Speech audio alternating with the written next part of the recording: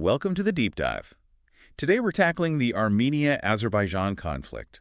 It's a really long-running and complex issue, mainly centered on Nagorno-Karabakh. That's right. And it's definitely not just about land. No, not at all. We're talking deep historical roots, ethnic identities, politics, and, well, a huge human impact. Yeah, absolutely. We've gathered quite a bit of information here looking at the history, the recent fighting, the diplomatic side of things, and, what this fragile path to peace might actually look like now.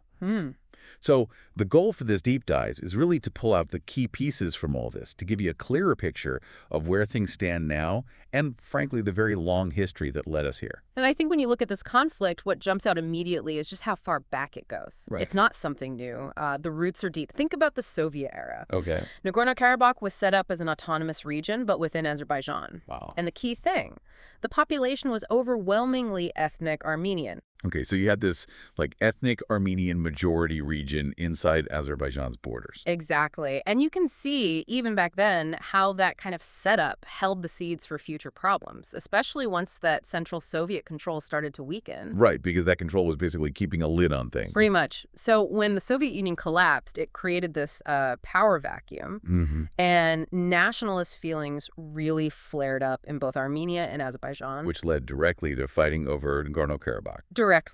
Competing claims turned into the First Nagorno-Karabakh War. That was, 1988 to 1994? Yeah, a long and brutal war. Brutal is the word. Huge numbers of casualties, massive displacement of people on both sides. And that war, it really set the stage, left this legacy of bitterness and mistrust that we're still dealing with. And that legacy, you could argue, played right into the more recent conflicts, the ones people might remember more clearly from the news, like 2020. What happened then? Well, 2020 was a major turning point. Azerbaijan launched a big military offensive. The Second Nagorno-Karabakh War. Correct. And this time, Azerbaijan managed to take back a lot of the territory that Armenian forces had controlled since the first war ended in '94. And how did that end? It ended with a ceasefire, this one brokered by Russia. Ah, Russia stepping in. Yes, and that deal included deploying Russian peacekeepers to the area. Crucially, it also meant several territories were handed back to Azerbaijani control. So a significant shift on the ground. But as we know, that wasn't the final chapter. Things escalated again, pretty dramatically in 2023. They did indeed. September 2023, Azerbaijan launched another military operation. And this one was decisive. Very decisive. It led directly to the end of the self-declared Republic of Artsakh. That was the Armenian entity governing the region. That's right. It was disbanded. And the immediate and really devastating result was the exodus, the mass displacement of over 100,000 ethnic Armenians. Over 100,000 people, just like that. Yeah. I mean, think about that number. It's a huge percentage of the Armenian population that lived there. A massive humanitarian crisis unfolded very quickly. It's just staggering. And there was another ceasefire after that. Yes, another ceasefire was agreed upon, and the Russian peacekeepers, they're still there. Their role continues. So much focus on the military side, understandably, given the human cost. But there have been efforts on other fronts too, right? Legal, diplomatic. Definitely. On the legal side, both countries have gone to the International Court of Justice, the ICJ. What are they arguing there?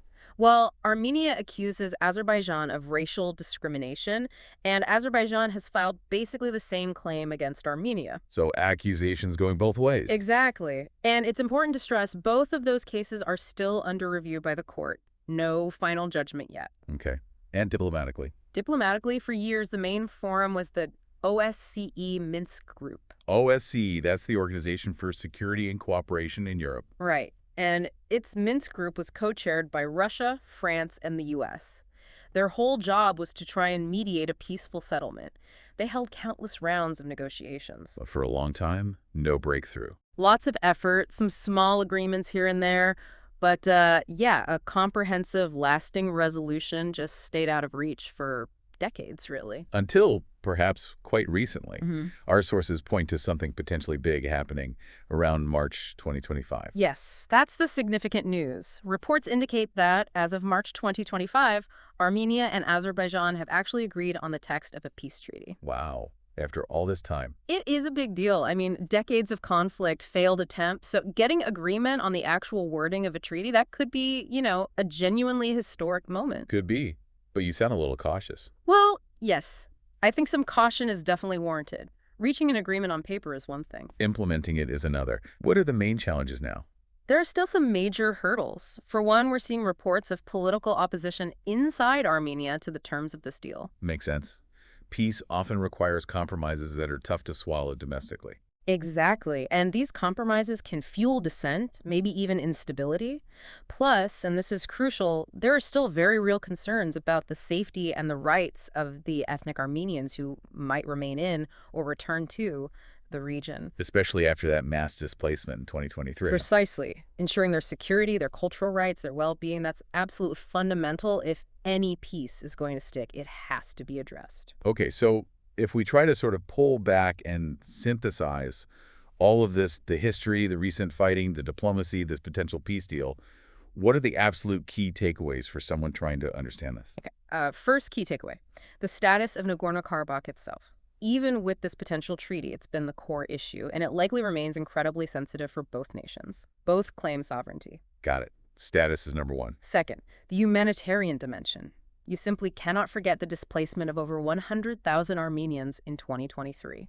That human cost is immense and needs ongoing international focus. Absolutely. What else? Third, international involvement.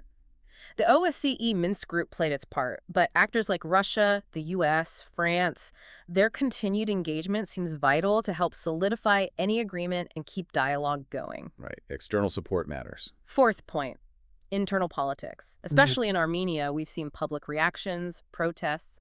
How the domestic political situation evolves will hugely impact the peace process. It's not just about leaders signing papers. Public buy-in is key. Definitely. And maybe the overarching point is just recognizing the sheer complexity. This isn't simple. It's driven by centuries of history, competing claims, deep-seated ethnic identity issues. So the recent agreement offers hope. It absolutely offers a glimmer, maybe more than a glimmer of hope, a significant step, but achieving a truly lasting peace. That's going to require tackling these really fundamental issues head-on and maybe most difficult of all, building some kind of mutual trust. That trust factor seems huge after so much conflict. It's enormous. So, as we wrap up this deep dive, it really makes you think, doesn't it? How that sheer weight of history can, on the one hand, fuel a conflict like this, but also make finding peace so incredibly difficult. And it leaves you wondering, what's the most effective role for international players when disputes are this entrenched, this emotional? Yeah, there are no easy answers there. No, Yeah. definitely not. But it's a crucial question to keep pondering as we watch what happens next in this really important part of the world. Thanks for joining us on The Deep Dives.